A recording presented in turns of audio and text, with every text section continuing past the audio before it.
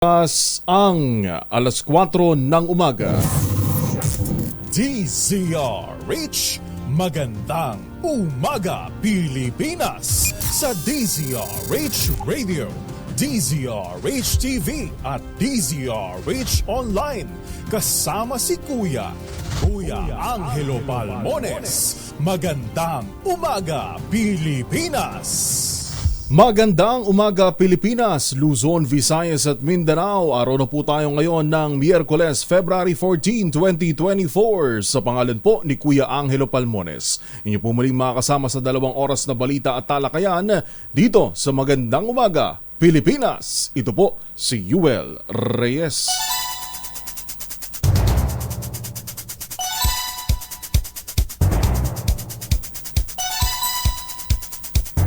Sa ulo ng ating mga balita, 3 weather systems makakaapekto sa malaking bahagi ng bansa. Death toll sa landslide sa Davao de Oro sumipa na sa 71. Mga survivor at pamilyang apektado ng landslide sa Davao de Oro binigyan ng counseling at tulong ng DSWD. Department of Agriculture hinimok ang publiko bigas sa halip na bulaklak. Iregalo ngayong Valentine's Day. Tricycle driver at anak na babae sugatan sa ambush sa Sariaya, Quezon.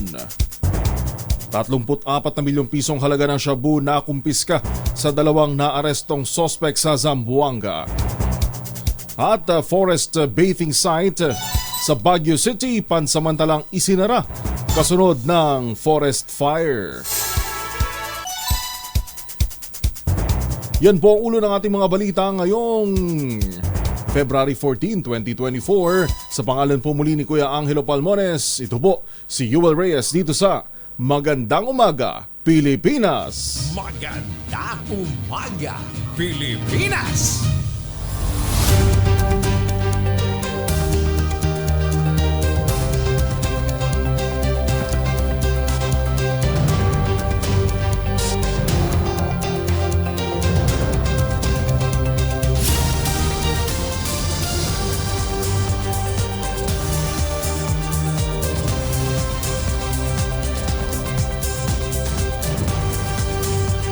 Pilipinas, una sa ating mga balita, umakyat na sa 71 ang namatay sa malawakang landslide sa barangay Masara sa Maco, Davao de Oro. Ayon kay Lea Anyora, unit member ng Management of the Dead and the Missing, 67 sa mga ito ang narecover ng buo ang bangkay habang 4 ang bahagi na lamang. May 47 namang individual ang nawawala habang mahigit 30 ang sugatan. Mula naman rescue operation, lumipat na sa search and retrieval ang mga otoridad. Narito po ang tinig ni Lea Anyora. We have a total of retrieved bodies and body parts, 71. 71 po yung total natin as of today. So, ang unidentified bodies naman natin, there's a total of 17, in which yung 17 natin, they are situated sa ating 3 identified na mga funeral homes. We have in St. Peter, Monte Vista, and NCRFH in Hawab and St. Thomas kasi magkatapat lang sila. Samantala, pinaiimbestigahan naman sa Kamara ang malawakang landslide sa Maco, Davao de Oro na kumitil na ng buhay ng 70 katao. Sa House Resolution 1587 ni House Assistant Minority Leader Arlene Brosas, hiniling niya sa Committee on Natural Resources na pangunahan ang investigasyon. Pinasususpindi rin ni Brosas sa gobyerno ang lahat ng large-scale mining operations sa bansa, lalo't wala naman itong malaking kontribusyon sa employment. Malalaking negosyante lang anya ang kumikita rito habang ang mamamayan ang pumapasan ng mga epekto sa komunidad at kalikasan. Nagsagawa naman ang counseling ng Department of Social Welfare and Development sa mga pamilya ng nasawi sa nangyaring landslide sa Maco, Davao de Oro. Binisita ni DSWD Secretary Rex Gatchalian at ng ilang social workers ang mga naiwang pamilya ng biktima at nakiramay at nagbigay tulong sa mga ito.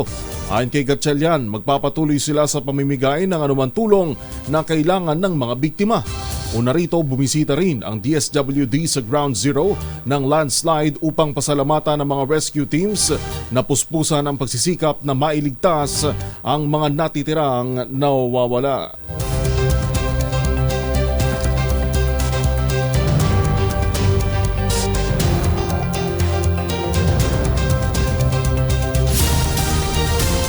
Sa iba pa nating mga balita, 3 weather systems naman po ang makakaapekto sa bansa ngayong Valentine's Day na maaaring magdala ng mga pag-ulan sa ilang bahagi ng bansa kabilang ang Northeast Monsoon, Shear Line at Easterlies. Sa Metro Manila at ilang bahagi ng Luzon, asahan ang maulap na papawiri na may kalat-kalat na pag-ulan, epekto naman ng amihan. Ang shear line ang magpapaulan sa Bicol Region, Eastern Visayas, Southern Quezon, Marinduque, Romblon, Oriental Mindoro, Aklan, Capiz at Davao Region na maaaring magresulta ng flash floods at landslides.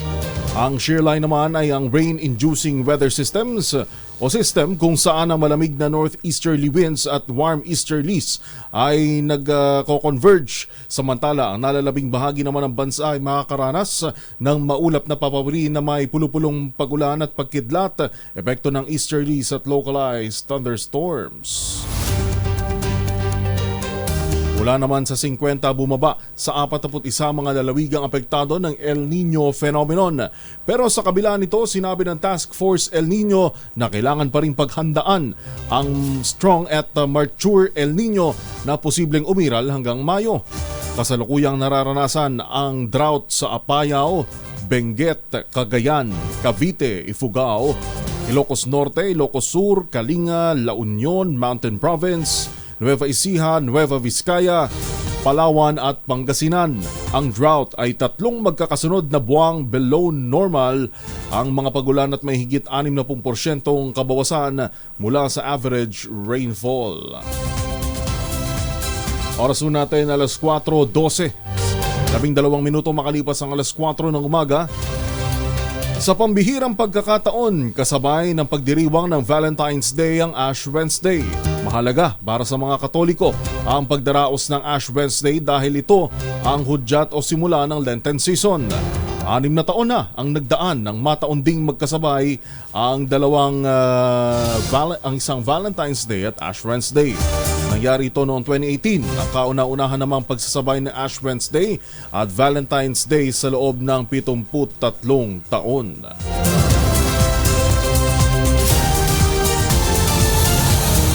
Itong susunod na balita natin siguro narinig nyo.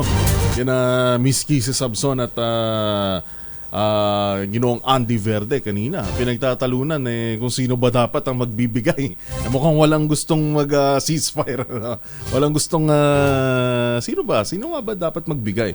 Pero alam nyo ba, sabi ng Department of Agriculture na imbis na bulaklak ay bigas na lamang ang ipangregalo ngayong Valentine's o Hearts Day. Katwiran ni DA Undersecretary Roger Navarro, hindi naman nakakain ang bulaklak gaya ng rosas na meron pang tinik habang ang bigas ay matamis. Suportado naman ng DA ang panawagan ng Philippine Egg Board Association na gamiting pangregalo ang itlog ngayong araw ng mga puso. Ayon kay Assistant Secretary Arnel de Mesa, tagapagsalita ng kagawaran, isa sa pangunahing pinagbumulan ng protina ang itlog na pinakamura pa sa lahat. Tumaas naman sa 100% ang presyo ng mga bulaklak sa isang flower shop sa Farmers Garden sa Araneta City, Cubao, Quezon City. Ayon sa mga vendor ng Jennifer and AG's Flower Shop, dumoble na ang presyo ng bawat bulaklak mula sa orihinal na presyo, lalo na ang rosas. Mula sa dating 75 pesos, mabibili na sa 150 pesos ang isang piraso ng rosas. 1,500 naman ang isang dosena at 800 pesos ang kalahating dosena.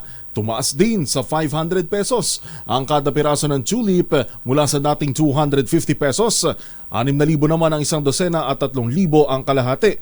Ang bawat piraso naman ng daisy ay mabibili ng 300 pesos, 2,400 pesos ang isang dosena at 1,200 pesos ang kalahating dosena. Oras natin, alas 4:15.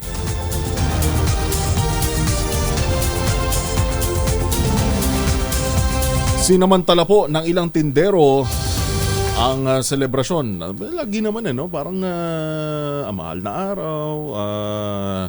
Tuwing sasapit ng Nobyembre 1, 2, lagi namang sinasamantala din ng mga vendor yung pagkakataon dahil mataas yan na demand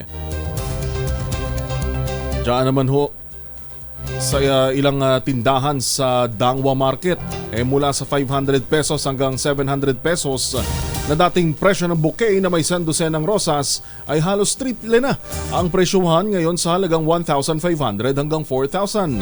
Ang mga maliliit na bulaklak naman na nagkakahalaga o nakalagay sa paso na dating 200 pesos hanggang 500 pesos ay binibenta na po ngayon ng 800 pesos hanggang 1,500 pesos. Pero kung hindi naman bulaklak ang hanap ng pangreregaluhan mo, ay meron ding mga nagtitinda ng praktikal na bouquet tulad ng vegetable bouquet kung saan gulay ng chop suey, sinigang at iba pang putahe ang ilalagay. May mangilan-ngilan naman na customizable ang bouquet kung saan maaari mong palagyan ng pera, teddy bear, napkin para sa mga babae, kape o kaya naman ay delata. Magandang umaga, Pilipinas! Si RH27 Noche Kakas kaya, may nabili na kaya dyan sa Libertad Market. Ano kaya ang bibigay nito? Rosas ba o gulay?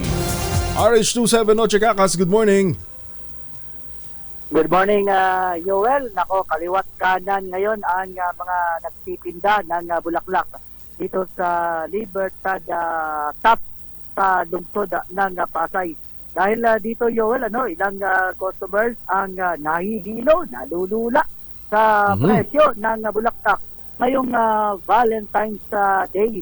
Lagi sinasabi pa rin sa atin, Yoel, mga ilang negosyante, mataas din daw yung kanilang angkat sa bulaklak, yung kuha nila.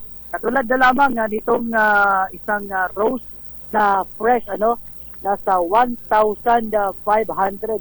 Half dozen pa lang yan, yung kalahating dosena.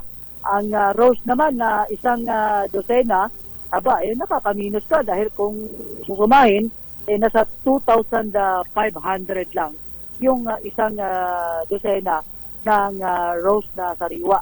Yung sunflower naman, yung naka-arrange na Yoel, 500 pesos.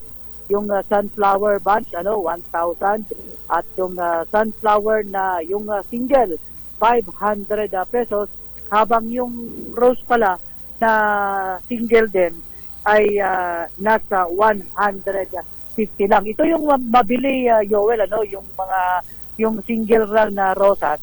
Dahil ito yung mga parang naabot lang sa isang hinahangaan mo na babae. Parang ganun, yun ang sinasabi sa atin ng mga negosyante dito. Pero yung tulips ay nasa 500 pesos. Ang wala dito, Yoel, hindi katulad ng Dangwa Market talaga, na napakarami kahit yung mga imported na bulaklak kung gusto mong magbigay. Kaya ang pinaka-the best pa rin puntahan ay yung Dangwa Market dahil yung mga flowers dito na binebenta sa Libertad Pasay ay mga nanggagaling din sa Dangwa. Kaya kung may kataon naman na pumunta o bumili ng maramihan, sa Dangwa Market na. Huwag na dito sa mga tindahan. Pero kung ikaw naman ay wala ng panahon para pumunta pa sa Dangwa, dito sa Libertad Market, salubungin mo lang o sagupain mo itong nakakalulang presyo ngayong ng mga bulaklak ngayong Valentine's Day, Yoel. Kaya ikaw, ka na? Mag-decision ka na kung ano bigay mong bulaklak ngayong umaga, pero maya-maya asahan naman ito, Yoel, gaya ng dati, ay bagsak presyo kapag patapos na yung pagbandang araw. patanghali na, pahapon, ayan, yan mag-uumpisa yan. Oo. Kaya lang, ang problema dito, kung pagdating na ng hapon, kailangan mong diligan ng gusto para muli siyang magbumukadkad yung pinaka-flower. Ikaw ba, Noche, anong ibibigay mo ngayon? Nakabili ka na ba dyan ng bulaklak o gulay, bigas o itlog ang yung ibibigay para practical? mas pipiliin kong bumili na pagkain na Yoel, no? Yung katulad ng gulay na binabanggit mo na pinakamahalaga sa kalusugan ng isang tao ay yung gulay. Isipin mo yung isang tangkay lang ng rosas, 150. Ang laki, Diba? halos Ngayon, doble. Kung magiging practical ka, isang kilo mahigit ng bigas yun, Yoel, di ba? Ganun na, ganun na lang ang, kung gusto mo Isip. talaga maging sweet at gusto mong kahit hindi bulaklak ang mo, ang ibigay mo na lang sa inyong girlfriend ay asukal. Yun. Ay, hindi ka talaga. Lalo kung mahilig magkape. Yung girlfriend mo, alam mo, yung nililigawan mo na mahilig magkape. Asukal na lang ibigay mo kaysa yung bulaklak. Kasi yung bulaklak walang tamis yan eh. Yung asukal may matamis. Nalalanta pa. Tunay kang tamis. Kang matamis lang. Alright. Okay, so yan na nga yung bulaklak ngayon dito sa Libertad sa lungsod ng Pasay. Balik sa'yo, Yoel. Maraming salamat, RH27 Noche Kakas. Maganda! Umaga Pilipinas! Oras natin, 21 minuto makalipas ang alas 4. Pero ang pag-ibig naman can be, sabi nga, pwede mong iparamdam sa anumang paraan. Maaring pwedeng sa paraan ng bulaklak. Iba-iba naman tayo ng preference, iba-iba naman tayo ng gusto. Pero sabi ko nga kanina kay Bainoche Kakas, kung yung sinisinta mo, girlfriend mo, boyfriend mo, tawag mo jowa, diba, mahilig sa kape, mahilig sa mga inuming matatamis na nilalagyan ng asukal, pwede mong regaluhan ng ng asukal. Kung may diabetes naman, pwede mong regaluhan ng mga natural sweetener na hindi kasing tapang ng mga nabibili nating ordinaryong asukal. O di kaya naman ay regaluhan mo nung yung capsule, kung meron siya noong yung parang espresso machine. Ayun, medyo nakakalimot na tayo dito. Pero kung meron siyang espresso machine, pwede mong regaluhan ng yung mga capsule. Medyo may kamahalan din yun, Pero sa mga ganung paraan, mga maliliit na bagay, maaari ito binibigay ko example, medyo pricey pa, medyo may kamahalan pa. Pero by any means, sa inyo pong abot ng inyong makakaya, maaari nyo maiparamdam yung pagmamahal sa iba't ibang anyo at hindi naman kinakailangan maging mahal. Maganda! Umaga Pilipinas! Sa iba pa nating mga balita, hiniling ni House Deputy Majority Leader Erwin Tulfo na pansamantalang palayain sa loob ng 5 araw ang mga pulis na nauna nang nakontempt sa Kongreso dahil sa kanilang patuloy na pagsisinungaling sa pagdinig sa Kamara kaugnay ng pagdakip, pagkulong, pagdanakaw at pangingikil sa 4 na Chinese national.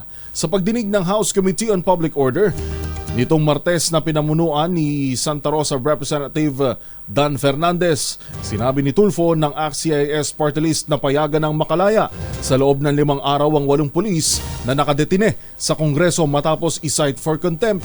Nahayag ni Tulfo ang kanyang mosyon na matapos silingin ng isang pulis na kung maaari ay pansamantala silang makalaya para sagutin ang kanilang mga kasong summary dismissal sa PNP.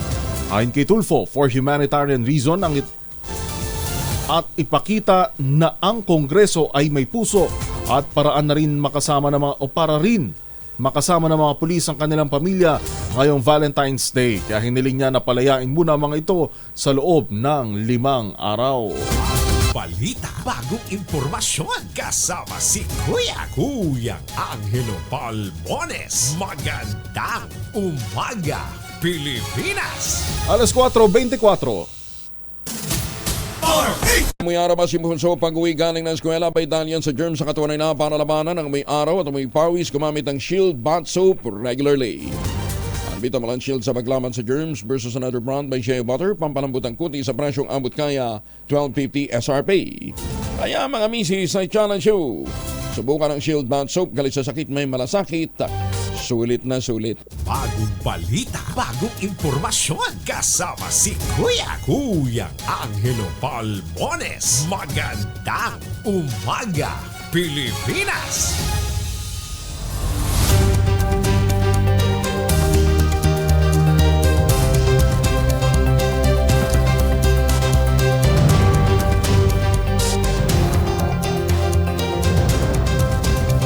Magandang umaga, Pilipinas! May isa pa tayong hindi nabanggit kanina eh. Pwede rin yung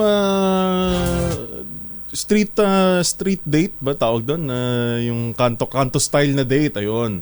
Mga kanto style na date, mga tusok-tusok, fishball, o di kaya naman kwek-kwek. Lalo na, di kaya naman kung kayo gusto nyong kumain, pwede naman sa pares, mga paresan, mga mami, bulalo, di ba? Maraming iba't ibang anyo ng pwede nating maiparamdam sa ating iniibig ang pagmamahal. Kagaya ng ating paring Ray Taladro dito, mahilig magparamdam ng kanyang pagmamahal. Oras natin, 1 minuto na lang, 4:30 na. Pinag-aaralan ni Pangulong Bongbong Marcos na bigas na lang ang ibigay sa mga benepisyaryo ng 4Ps o Pantawid Pamilyang Pilipino Program imbis na pera. Ayon kay Agriculture Undersecretary Roger Navarro, positibo si PBBM sa rekomendasyon ng Department of Agriculture at pag-aaralan kung paano ito ipatutupad. Sinabi ni Navarro na hindi o na makatutulong ito para bumaba ang inflation sa bigas dahil hindi na kailangan ng mga benepisyaryo na makipagsabayan sa mga may pera sa pagbili nito.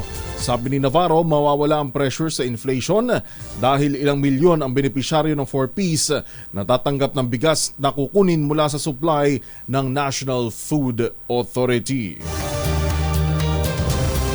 Samantala naman, balita mula sa probinsya. Maganda umaga, Pilipinas!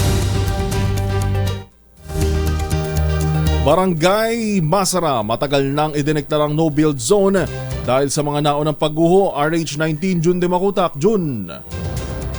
Sa ikawalong araw ng Masara landslide incident ngayong araw ng Miyerkules, umakyat na sa 71 ang bilang ng recovered dead bodies, 32 injured, missing 51 at 9 body parts. Matapos ang pakipagpulong ng Crisis Committee sa mga experts ngayong araw, napagkasunduan ng Crisis Committee ang pag-shift ng operation mula sa rescue patungo sa search and retrieval operation na lang. At upang ma-formalize ito, nilagdaan na ni Mako Mayor Voltaire Remando ang papeles nito. Sa pahayag naman mula kay Davao de Oro 2nd District Congressman Roel Peter Gonzaga, sa ilalim ng rescue retrieval operation, very careful ang mga equipments at mga rescuer dahil ang hinahanap ay signs of life.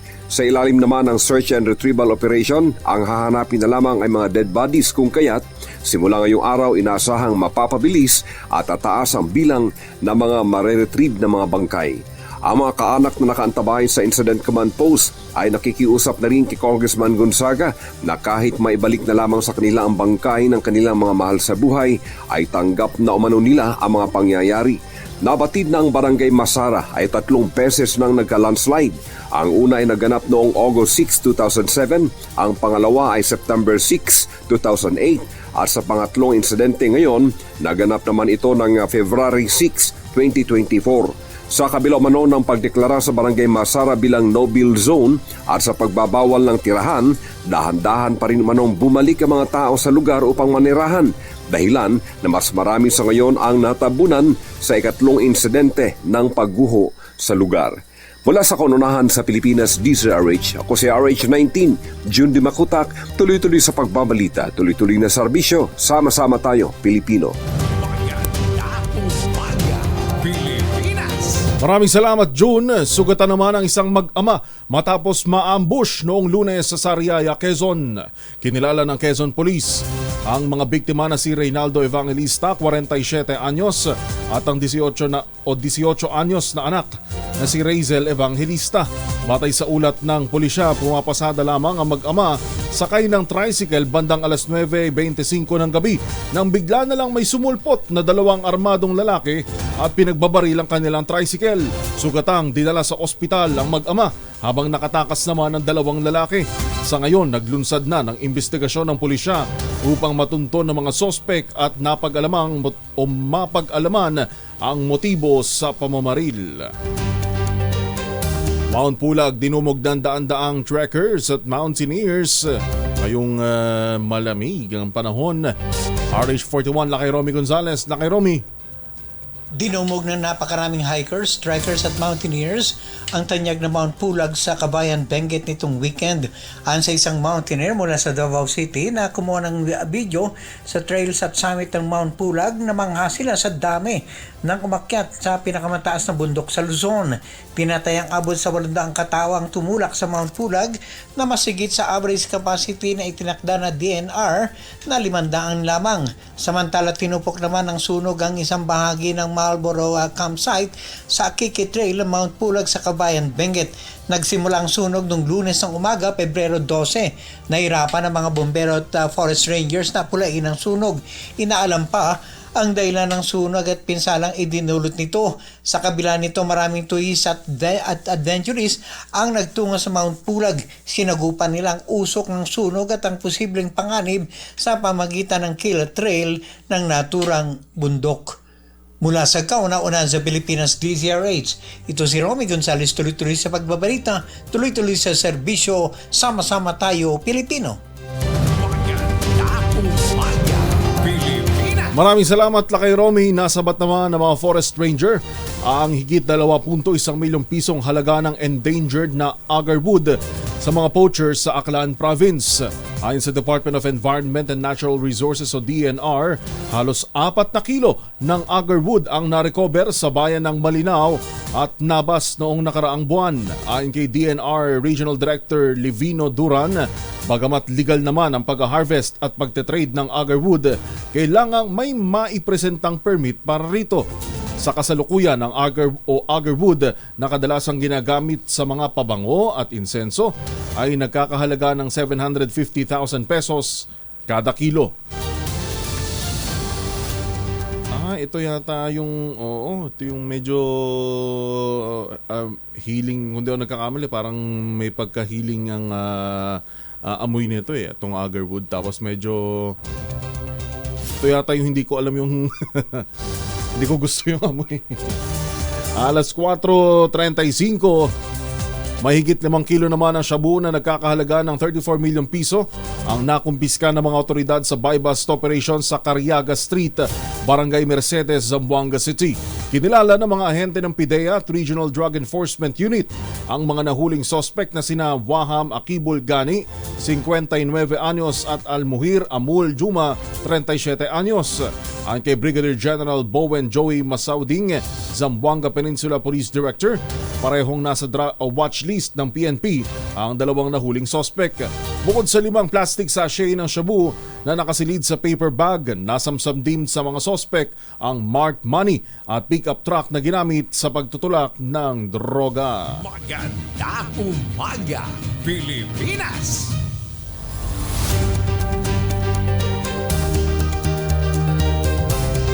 Alas 4:36 na po ng umaga. Eastern Visayas Medical Center Tacloban may dalawang medical director. Sa detalye, balita mo, RH32 Jimmy Angay-Angay. Jimmy. Tinawanan lang ni Atty. Rodolfo Ruby Peñalusang, Legal at Information Officer ng Eastern Visayas Medical Center Tacloban, ang isyu na dalawa ang kanilang medical director sa ospital. Ito ang reaksyon ni Atty. Peñalusa sa isang panayam. Subalit silang mga empleyado nagtatrabaho lang, hindi magpapapikto kahit dalawa ang kanilang medical director. Sa kasalukuyan, si Dr. Salvador Evarduni ang medical director ng Eastern Visayas Medical Center at ito'y nagmamanage pa rin sa ospital. Si Dr. Joseph Michael Haro, ang dating Deputy Executive Director 4 ng National Kidney and Transplant Institute, ay tumatayo ring medical director ng naturang ospital. Sa memorandum na pinalabas ng DOS Permado Enero 11 sa taong kasalukuyan ni Dr. Chuduro G. Herbusa, ang Health Secretary, ang resignment ni Dr. Barduni wala sa Eastern Visayas Medical Center Tacloban ay maaasan ito sa Adila Sierra T. Memorial Medical Center bilang medical director sa epektibo sa buwan na ito. Mula sa Action Radio Tacloban, ito si RS32 Jimmy Angay-Angay. Tuloy-tuloy sa balita, tuloy-tuloy sa serbisyo, sama-sama tayo Pilipino. Maraming salamat, Jimmy Angay-Angay. Pansamantala namang isinara ang pamosong forest baiting site sa Baguio City matapos na mapinsala ang ilang bahagi nito dahil sa forest fire na sumiklab sa Camp John Hay. Pinakiusapan din ng John Hay Management Corporation ang publiko na huwag munang papasok sa reservation premises para sa kanilang seguridad. Layon din ito na matiyak munang mabuti ang BFO ng Bureau of Fire Protection na contained na ang apoy. Patuloy naman ang investigasyon ng otoridad sa sanhi ng sunog sa 2 hektaryang kagubatan. Magandang umaga, Pilipinas! Alas 4:38 ng umaga. Ngayon pa rin pong February 14, 2024. Muling nahuli at naaresto ang isang PDL o Persons Deprived of Liberty na nakatakas 25 taon na ang nakalipas. Kinilalang PDL na si Padrino Nunez na muling naaresto noong Pebrero 9 sa Sitio Pandaitan, Barangay Santa Lucia sa Blayan Occidental, Mindoro. Ayon kay Bucor Director General Gregorio Pio Katapang Jr., ito ang patunay na kahit saan man magtago ang sinumang makatakas sa selda ay matutuntun pa rin. Si Nunez ay dating nakakulong sa Ihuaig Prison and Penal Farm sa Palawan noong October 23, 1997 at nakatakas noong April 14, 1999. Nahatulan si Nunez ng reklusyon perpetua o habang buhay na pagkakakulong dahil sa kasong murder. Nakatakas 1999, 25 years ngayon lang ulit nahuli. So ganun ba ang law enforcement sa atin ngayon? So maaring ilan pa yung nasa ganito ring sitwasyon na 25 years ha. Hindi ho natin pinag-uusapan dito 1, 2 taon, 3 taon. Kasong murder, kasong pagpatay. Meron hong napakasakit ho nito para ho doon sa mga pamilya na biktima ho nito. Nahatulan na ho kasong murder, tas nakalaya. Ganun ba talaga kahina ang intelligence ho natin pagdating ho sa mga ganito? Bay ngayon lamang nahuli after 25 years. Hindi natin minamaliit na nahuli ulit ha. Good thing yon. Pero ang mas nakakabahala ho dito, 25 years nakalaya. Ganun ho katagal may kasong murder. Smuggled naman na sigarilyo nasamsam ng CIDG Bataan, 2 individual arestado. RH37 Danny Kumilang. Danny.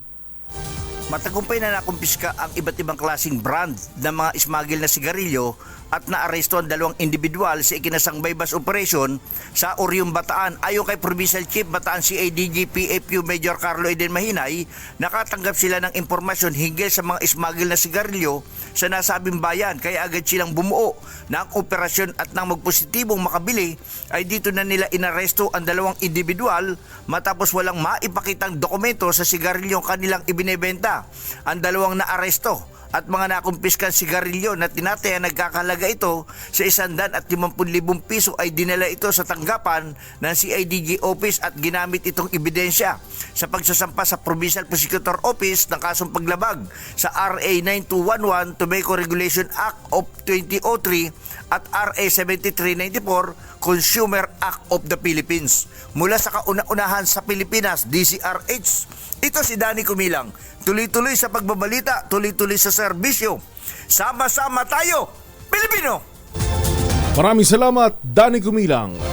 Gusto namang ipasagot ni Speaker Ferdinand Martin Romualdez sa serbisyo ng Philippine Health Insurance Corporation of PhilHealth ang mga critical diagnostic exams gaya ng X-ray para sa lung cancer, mammography para sa breast cancer, ultrasound at pagpabakuna ng human papilloma virus o HPV vaccine upang maiwasan ang cervical cancer at iba pa. Kasabay nito, pinarerepaso ni Romualdez sa House Committee on Health and Charter ng PhilHealth upang mapaganda ang benepisyong kaloob nito sa mga miyembro. Sinabi ni Speaker Romualdez na ang PhilHealth ay dapat na magtrabaho gaya ng isang Health Maintenance Organization o HMO na nakatuon sa pangangalaga sa kalusugan ng mga Pilipino sa halip na ang inaatupag ay ang paglalagak ng kapital sa mga bangko at bonds. Nais din ni Speaker Romualdez na itaas sa 50% ang babayaran ng PhilHealth sa bill ng pasyente sa ospital at gawing libre ang pagpapasuri para agad na matukoy ang mga nakamamatay na sakit gaya ng kanser. Sinabi pa ni Speaker Romualdez na layunin ng pagre-repaso na matugunan ang mga balakid sa pagkamit ng mga Pilipino ng kalidad na pangangalagang pangkalusugan at matiyak na ang operasyon ng PhilHealth ay nakabatay sa interes ng publiko. Magandang umaga, Pilipinas! Bagong balita, bagong impormasyon. Kasama si Kuyang Angelo Palmones. Magandang umaga, Pilipinas! Good morning ho sa mga nakatutok sa atin dyan sa Ilocos Norte kay Nanay Nerissa Purisima. Good morning po. Lani Aguilar, Edavs de Gracia dyan ho sa Cavite at kay Nanay Elmerita de Gayo Guane. Good morning po, good morning. Oras po natin alas 4:44.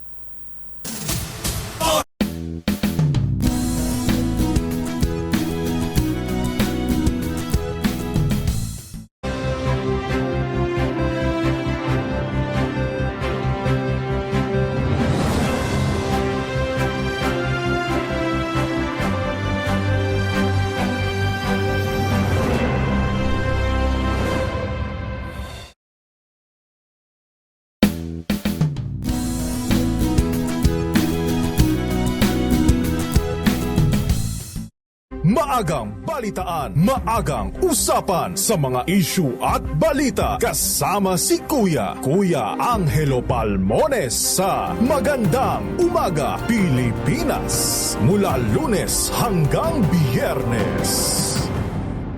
Pagkain ng saging, epektibong paraan upang mabilis na makatulog sa gabi ayon sa pag-aaral.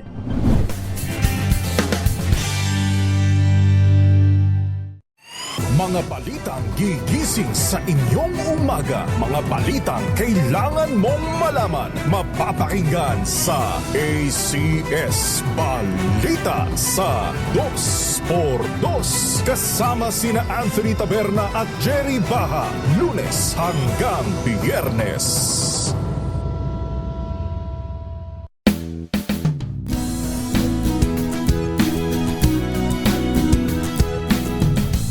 Tambalang Anthony Taberna at Jerry Baha ang gigising sa inyong umaga dahil lalatay ang humahagupit na diskusyon at komentaryo Lunes hanggang Biyernes sa 2x2. Mga pampaswerte ngayong 2024 ayon sa Feng Shui, alamin.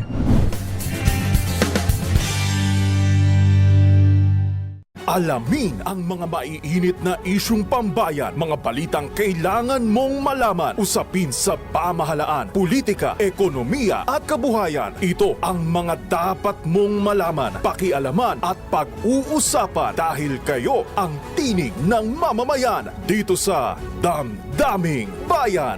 Live sa DZRH Radio, DZRH TV at DZRH Digital. Kasama sina Lakay, Deo Macalma at Elaine Apit. Araw-araw, Lunes hanggang Biyernes. Damdaming Bayan.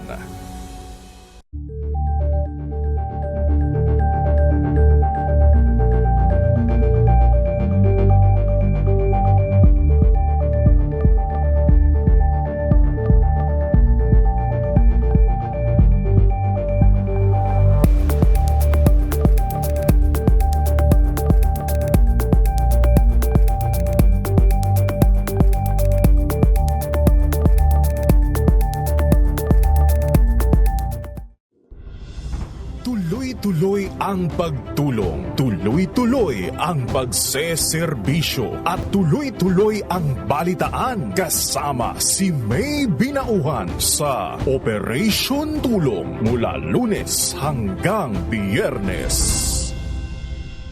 Iba't ibang posisyon sa pagtulog may epekto sa iyong kalusugan, ayon sa eksperto.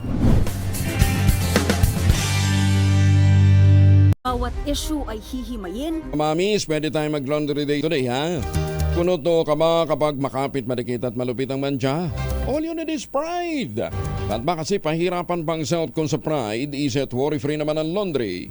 Sa Triple Stain Away formula, tanggal ang matitindi mantsa based on test sa chocolate, mud, and sebum ng cotton.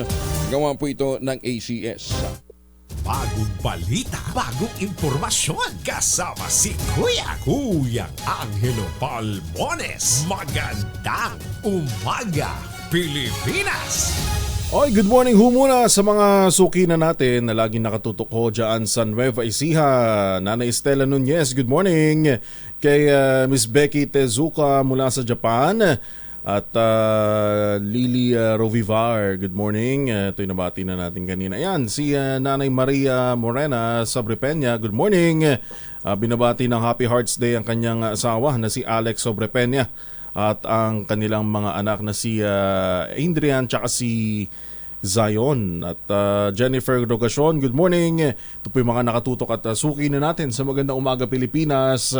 Tuwing laging nakatutok kay Kuya Angel. Renato Maningo, good morning. Magandang umaga, Pilipinas!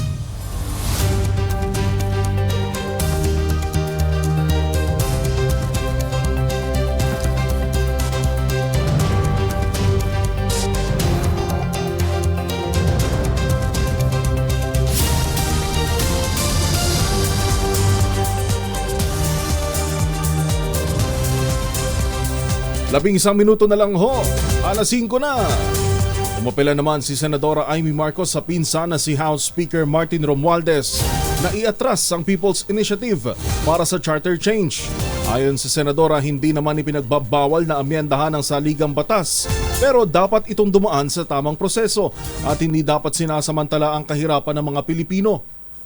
Nagkakaisa naman kami sa Senado, yung nga lang, araw-araw kami binabanatan ng kabilang panig. Kung nga maintindihan, ba't gano'n ako na hindi naman ako nakikipag-away, pinapayuhan ko lang kasi pinsan ko naman si Speaker at sana i-atras na muna yung PI nila. Gawin natin sa tamang pamamaraan. Pwede naman palitan talaga yung saligang batas, pero ayon sa mga nagsulat niyan, sa mga dalubhasang mga abogado, ay maraming patakaran na dapat sundan. Higit sa lahat, nakaka-insulto naman yung ginagawa na halos hindi maintindihan ng tao yung pinipirmahan nila, nakatakip pa, na huwag naman ganun, at gawin naman natin sa tama. Higit sa lahat, palagay ko sa panahon ito, ang hanap buhay at yung cost of living, ang pinaka-importante. Nauubos ang oras natin sa ganitong uri ng bangayan. Tigilan na yung PI.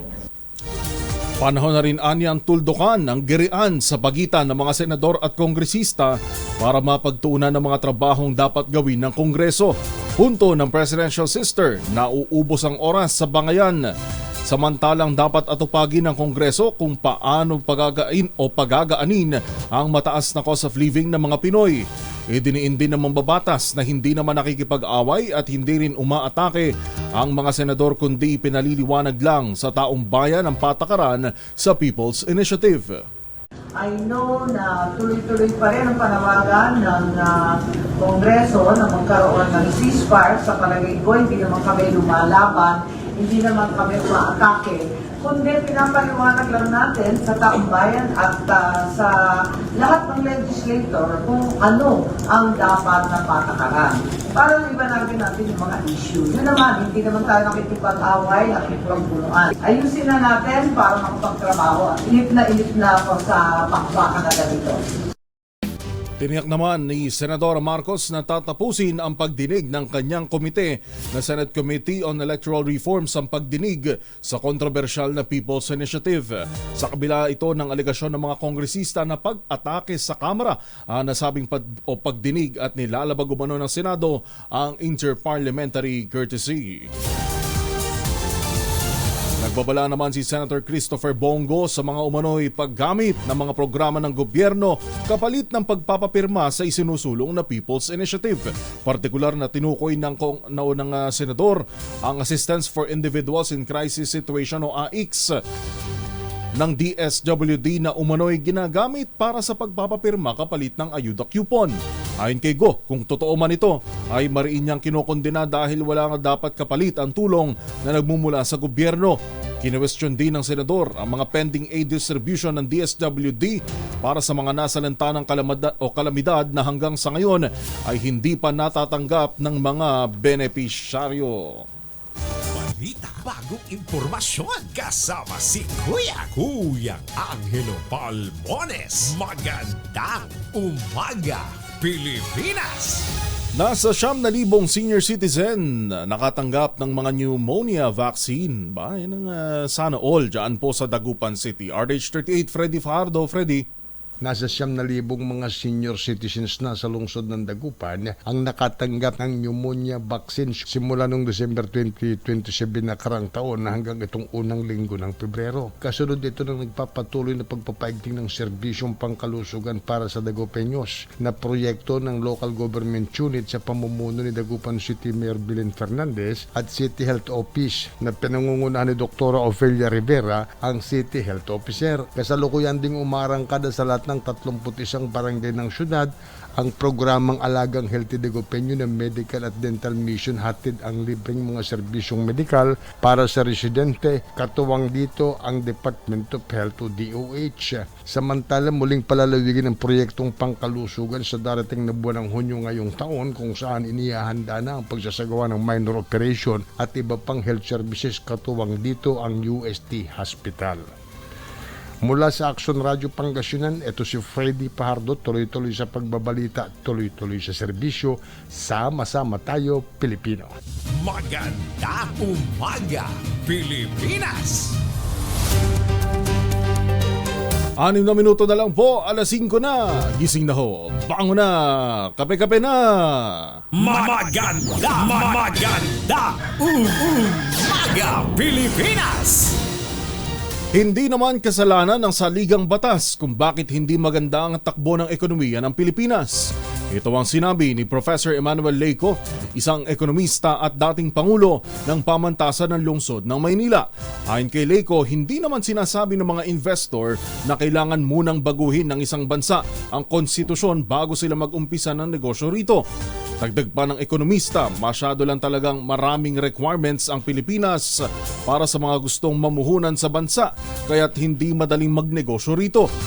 Kaya naman naniniwala si Leyco na hindi ekonomiya ang agenda sa likod ng isinusulong na charter change o pagpapalit ng saligang batas. Ang malinaw po sa mga naririnig natin sa mga investor, hindi naman po ang pagbabago ng konstitusyon, kundi yung pagpapahusay ng daloy ng pagre-rehistro, pagbabayad ng buwis, mga clearances. Sa ngayon po, hanggang barangay po kailangan ay pumirma para sila ay makakuha ng registration. Tapos meron pa pong sanitation permit. Samantalang kahit naman po yung mga ibang opisina, hindi naman gumagamit ng sanitation facilities. May fire permit pa. May fire. Lahat po yan. Ang tinig po ni Professor Emmanuel Leyco, isa pong ekonomista. Magandang umaga, Pilipinas! Kasabay naman ng Araw ng Mga Puso, isasagawa ang taunang kasalang panglungsod sa San Juan City. Ayon kay Mayor Francis Zamora, 57 San Juanenyo couple ang magsabay-sabay na mag-iisang dibdib sa San Juan Gymnasium. Mismong si Mayor Zamora ang mangunguna sa wedding ceremony na layong gawing extra special ang Valentine's Day ng mga magsing-irog. Bibigyan din ng LGU ng wedding cake at cash gift ang bawat couple at magarbo pang wedding reception.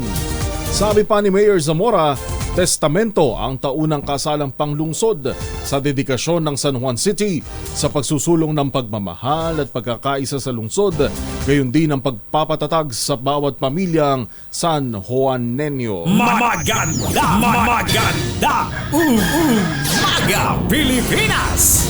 Pagsasapatas ng dagdag sahod sa mga manggagawa long overdue na. Ito po ay ayon sa isang senador. Sinong senador yan? RH28, Raymond Adpas. Raymond. Matagal na dapat nagkaroon ng dagdag sahod ang mga manggagawa. Ito ang deklarasyon ni Senador Ramon Bong Revilla Jr. bilang suporta sa 100 peso daily minimum wage act na pinagdidebatehan sa Senado. Sa kanyang interpellation sa sponsor ng panukala na si Senador Jinggoy Estrada, sinabi ni Revilla na ilang milyon na manggagawa sa pribadong sektor ang makikinabang dito. Nagpasalamat ito kay Estrada at kay Senate President Juan Miguel Zubiri dahil sa pagpupursigi upang ito ay makarating sa Senate plenary. Dahil ilang beses na umano niyang inihahay ng panukalang batas para sa legislated wage increase, ngunit hindi man lang lumulusot sa committee level. Dahil sa ngayon ay 610 pesos ang minimum wage sa Metro Manila, ngunit ang living wage para sa isang pamilya na may 5 miyembro ay kailangan ng 1,193 pesos. Samantalang sa mga probinsya ay 381 hanggang 510 pesos ang minimum wage ng mga manggagawa. Para kay Senador Francis Chis Escudero, hindi totoo ang babala ng mga malaking negosyante na babagsak ang ekonomiya ng bansa kapag nagkaroon ng 100 peso na dagdag sahod kada araw ang mga manggagawa. Para sa kauna-unahan sa Pilipinas, DZRH, ito si Raymond Dadpaas, tuloy-tuloy sa pagbabalita, tuloy-tuloy sa serbisyo, sama-sama tayo, Pilipino. Bagong balita, bagong impormasyon, kasama si Kuyang Angelo Palmones. Magandang umaga, Pilipinas!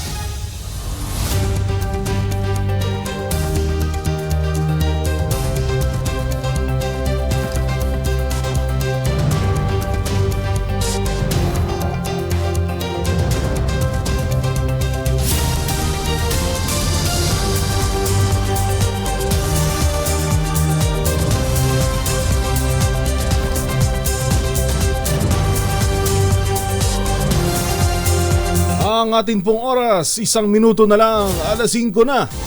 Nagkaroon ng banner year noong 2023 ang sektor ng Philippine Electronic Gaming na may kita na halos dumoble dahil sa ipinatupad na policy reforms. Sa kanyang talumpati sa ICE London 2024 conference, sinabi ni PAGCOR Chairman at CEO Alejandro Tenco na may phenomenal na pagtaas ng higit 90% ang online gaming activities noong 2023 kumpara noong 2022. Ayon kay Tenco, ang sektor ng e-gaming na kinabibilangan ng e-games, e-bingo, specialty games at sports betting ay nagambag ng 58.16 bilyong piso sa gross gaming revenues o GGR ng bansa noong 2023. Mas mataas ng 92.3% sa kinita nitong 30.2 bilyong piso noong 2022. Ang kontribusyon ng e-games sa 2023 gross gaming revenues ay isa ring bagong record dahil nalampasan nito ang dating mataas na 32.2 bilyong piso na naitala noong 2019 bago ang pandemic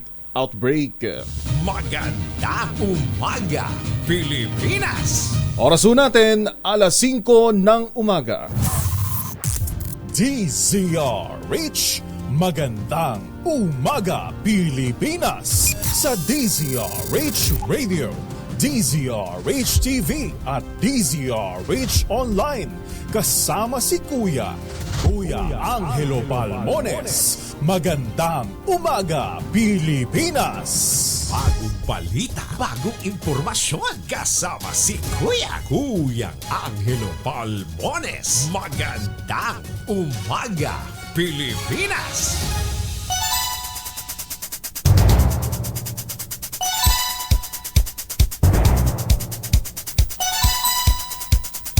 Sa ulo muli ng ating mga balita, death toll sa landslide sa Davao de Oro sumipa pa sa 71. Mga survivor at pamilyang apektado ng landslide sa Davao de Oro binigyan ng counseling at tulong ng DSWD. Department of Agriculture hinimok ang publiko. Bigas sa halip na bulaklak iregalo ngayong Valentine's Day. Tricycle driver at anak na babae sugatan sa ambush sa Sariaya, Quezon. 34 milyong pisong halaga ng shabu na kumpiska sa 2 naarestong sospek sa Zamboanga. At forest baiting site sa Baguio City, pansamantalang isinara. Yan po muli ang ating headlines ngayong February 14, araw ng Miyerkules 2024. Sa pangalan po ni Kuya Angelo Palmones, inyo pong nakakasama sa 2 oras na balita at talakayan. Ito po si Joel Reyes para sa Magandang Umaga, Pilipinas! Pinas! Maganda umaga Pilipinas. 5:02 ng umaga.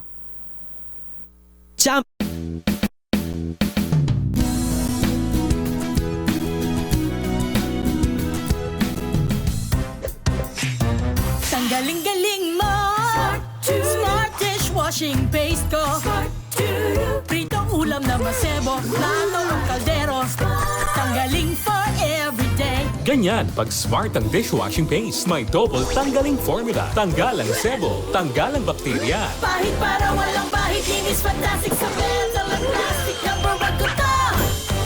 Tanggaling-galing mo Smart dishwashing paste. ACS. Sa lahat ng bagay, simula pa lang, siguraduhing max protection na. Kasi pag kulang ang proteksyon, baka madaling masira. Sa ngipin, dapat may max protection din. Max Alaga ng Unique Toothpaste. With Max Protect Formula.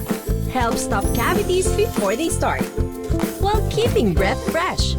Try Unique Maximum Fluoride Protection. Para Max Alaga, Max Protektado. ACS. Magbago man ang panahon, doon kami sa gawang Peerless. Champion. Mula sa baretang pangmatagalan, purong powder. Hanggang sa mapulang liquid detergent. Kaya sa labahan, Champion! Tapat na walang katapat.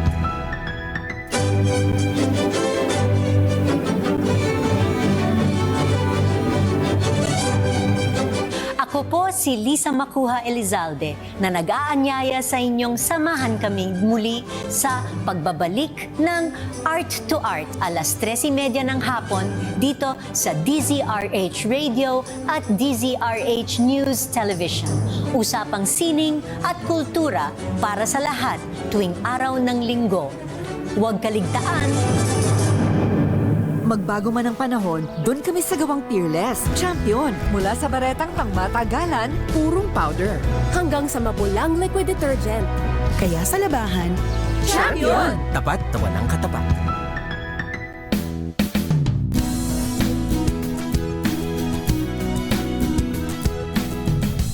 magbago man ang panahon, doon kami sa gawang Peerless. Champion. Mula sa baretang pangmatagalan, purong powder. Hanggang sa mapulang liquid detergent. Kaya sa labahan, Champion! Tapat na walang katapat.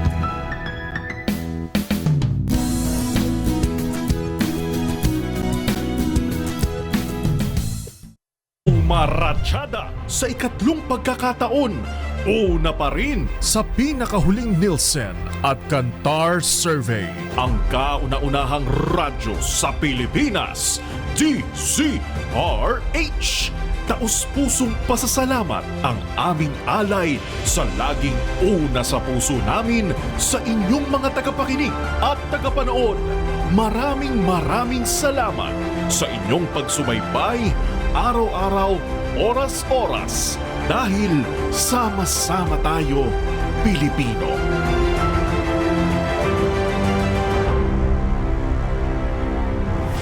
Pangongonsensya, hindi epektibong paraan ng panghihikayat ayon sa pag-aaral.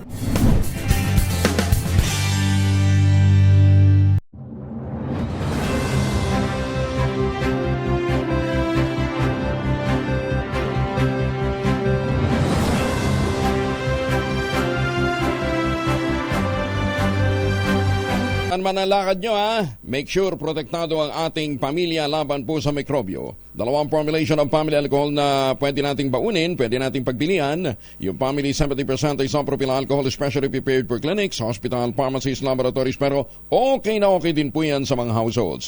Very effective sa disinfection at sterilization. Ganyan ang bagsik ng family 70% isopropyl alcohol, maghapon man natin gamitin, no problem. Hindi po manunoy ang ating mga kabay dahil meron po itong moisturizer. Yun namang mabangong family rubbing compound improved alcohol, aba, yan yung mabangong isopropyl alcohol na ginagamit ng mga masahista, mga barbero, mga doktor, mga nurse, mga kumadrona for sponge beating and other cleansing purposes. Family rubbing alcohol parang DZRH sabuk na sa mahabang panahon. Mabibili sa naman butik at convenience stores nationwide. Family rubbing alcohol hindi lang pampamilya, pang sports pa. Bagong balita, bagong impormasyon, kasama si Kuyang Angelo Palmones. Magandang umaga, Pilipinas! Ngayon pong marami sa atin ang nagdiriwang ng Hearts Day o Valentine's Day ngayong February 14. Meron naman po isang grupo ng mga health workers na magkikilos protesta ho ngayong araw. Ano-ano kaya ang kanilang mga hinaing na ilalapit sa ating pamahalaan, sa gobyerno? Ano kaya ang kanilang mga hinaing na hanggang sa ngayon napakatagal na nilang hinaharap na mga suliranin? Kasama na ho natin si Ginoong Robert Mendoza, ang Pangulo po ng Alliance of Health Workers. Sir Robert, magandang umaga po. Si Joel Reyes po sa pangalan ni Angelo Palmones. Yes, magandang umaga po Sir Joel at sa lahat ng mga tagapakinig at taga-subaybay ng ating programa ngayong umaga po. Yes sir, magandang umaga po. Una po, bakit tinawag itong Black Hearts Day? May kilos protesta ang mga health workers, both public and private, ngayong araw na ito sa Department of Health at pumamarcha kayong papuntang Mindiola.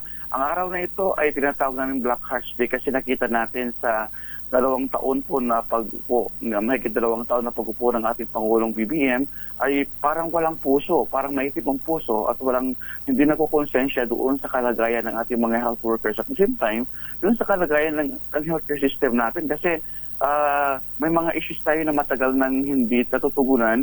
Ito yung mababa ang pasahod ng ating mga health workers, may malakas ang contractualization, at then, yung usapin pa ng mga delayed na mga benepisyo na hanggang ngayon, yung panahon ng pandemya, yung health emergency allowance, ay hindi pa rin totally nabibigay sa mga health workers. Kaya ito yung ating mga hinaing na dapat mapakinggan talaga ng ating Pangulo kasi alam natin sa iyo nagkaroon ng pangalawang sona rin ng Pangulo.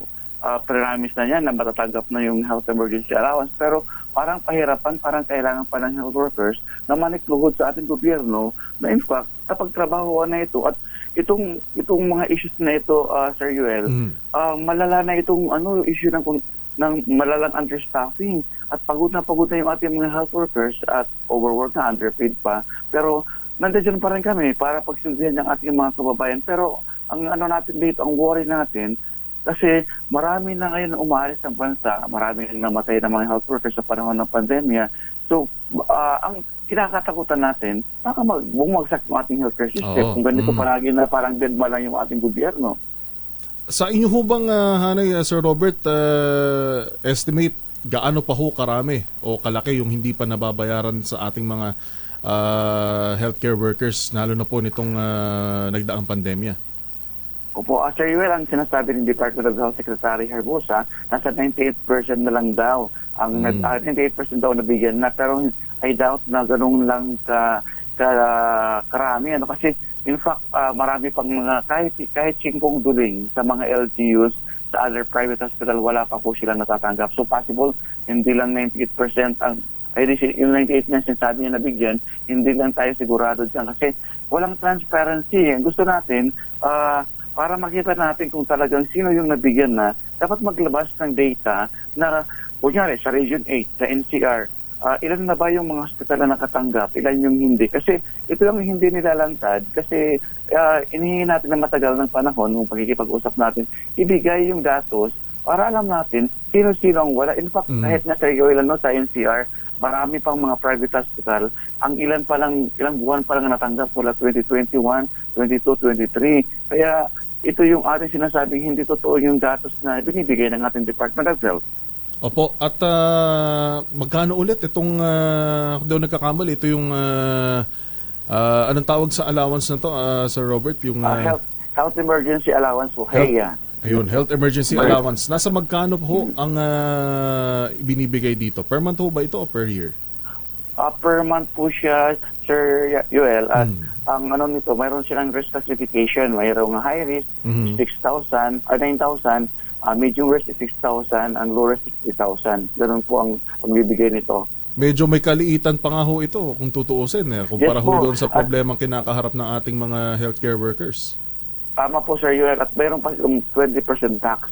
Kaya nakakagalit nga. In fact, hindi naman ito regular na benepisyo. Sana, tax-free sana ito kasi hindi naman ito palagi binibigay during pandemic lang. Pero ito tawag namin bigay-bawi bigay-bawi na benepisyo. Bibigyan ka nga, babawi naman sa tax. Kaya ang matitira sa iyo maliit na rin din. Hindi na rin Parang hindi mo pa natatanggap naipangutang na dahil sa liit nung halaga.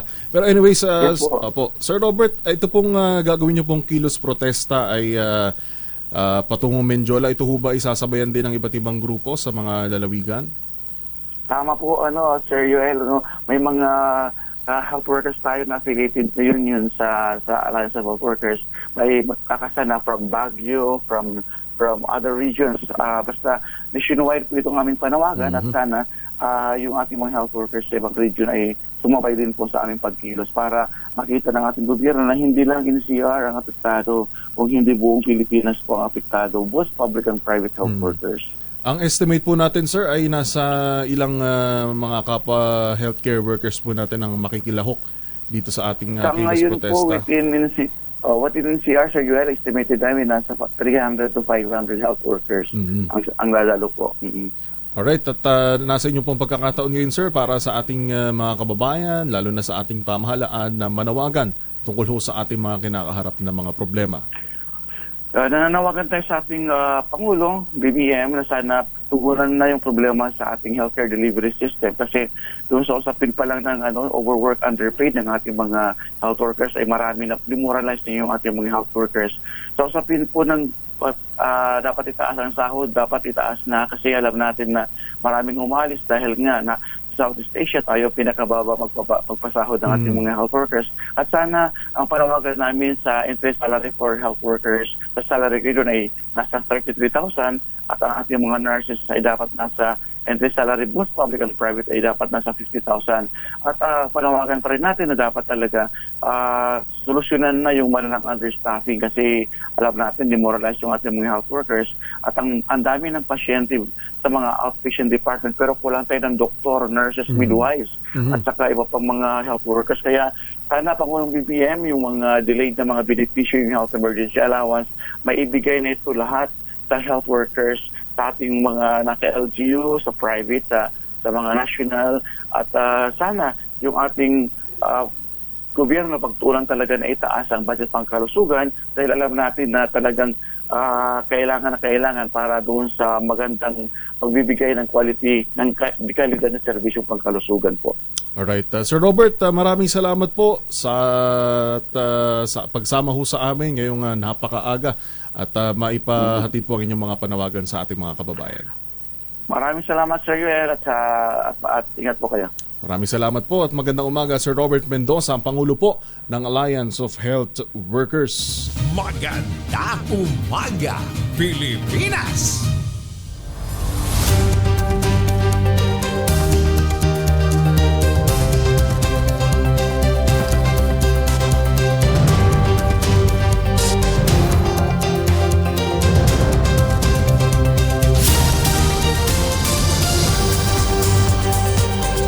Labing 5 minuto na po makalipas ang 5:00 ng umaga. Sa iba pa nating mga balita, nasiwalat sa Senado na 2 dekada ng patay o direhistrado sa Securities and Exchange Commission o SEC ang grupong pirma na nagsusulong ng People's Initiative. Sa pagdinig ng Committee on Electoral Reforms, sinabi ni Attorney Katrina Miranda ng SEC na wala ng bisa ang Certificate of Registration nito noon pang Pebrero 2004. Simula anya Marso 1977, hindi nagpasa ang pirma ng reportorial requirements pero sabi ng grupo, nagsumiti sila sa online portal para sa updated nilang impormasyon. Napagalaman din na wala sa records ng SEC sina Noel Oñate ang lead convener ng pirma at si Attorney Anthony Abad noong ipinarehistro ang grupo. Magandang umaga, Pilipinas! Atin munang alamin ang kalagayan ng panahon mula kay Ginoong Obet Badrina ng DOST Pag-asa. Ka-Obet, good morning. Magandang umaga po, magandang umaga sa lahat ng mga taga-subaybay natin. Wala pa rin tayong bagyo na inaasahan sa loob ng Philippine Area of Responsibility para sa linggong ito, pero inaasahan natin ang posibilidad ng mga pag-ulan, particular na nga sa may Bicol region, gayon din sa may northern and eastern Samar at sa ilang bahagi ng Mimaropa, particular na sa Oriental Mindoro, Romblon at Marinduque. ito ay epekto pa rin ng shear line. Habang ang northeast monsoon o amihan na magdadala ng mahihinang pag-ulan, partikular na sa Cagayan Valley, kasamang Aurora at ilang bahagi ng Quezon Province. Sa iba pang bahagi ng Luzon, kasama na yung kamay nila, nasaan pa rin ang mga isolated light rains, habang may mga pagkilat-pagkulog naman na maranasan sa ilang pang bahagi ng Visayas at ng Mindanao. So generally, fair weather naman tayo sa malaking bahagi ng ating bansa. Ang agwat ng temperaturang mararanasan natin sa araw na ito sa Kamaynilaan ay 23 to 32 degrees Celsius. Sa bahagi naman ng Cebu, 24 to 30, habang sa Metro Davao ay mula 24 to 32 degrees Celsius. At yan ang lagay na ating panahon mula sa Pag-asa Weather Forecasting Center. Obet Badrina, magandang umaga po. Ka-Obet. Yes po, sir. Opo, isang bagay lang, sir. Yung unti-unti na nga po bang humihina ang hanging amihan at hindi na natin, medyo kanina, hindi na ganun kalakas katulad ng mga nakaraang araw. Oo, kasi papunta na tayo sa Marso. Normally natatapos kasi yung amihan buwan ng Marso. At papunta na tayo sa transition period kung saan yung hangin natin magmumula na sa silangang bahagi ng ating bansa o sa Pacific Ocean. So asahan natin na unti-unti nangihina yung hangin amihan sa mga sunod na araw. Alright. Ka-Obet, maraming salamat po. Maraming salamat po. Maraming salamat po. Magandang umaga muli. Ka-Obet Badrina ng DOST Pag-asa. Magandang umaga, Pilipinas!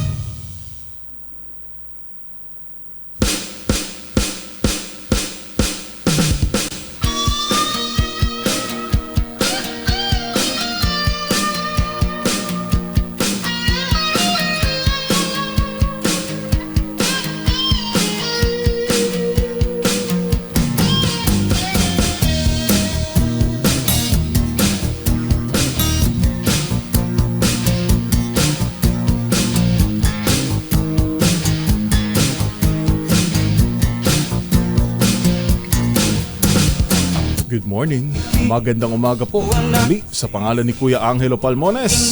Inyo pong nakakasama sa 2 oras na balita at talakayan. Ito po si Yuel Reyes sa Magandang Umaga, Pilipinas.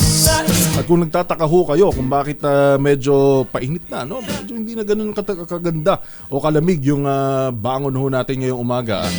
Ako kanina medyo pinagpawisan pa dahil yung mga nakaraang araw ho, pagising, malamig, malakas yung hangin. Pero kagabi, hindi ako nag-electric fan.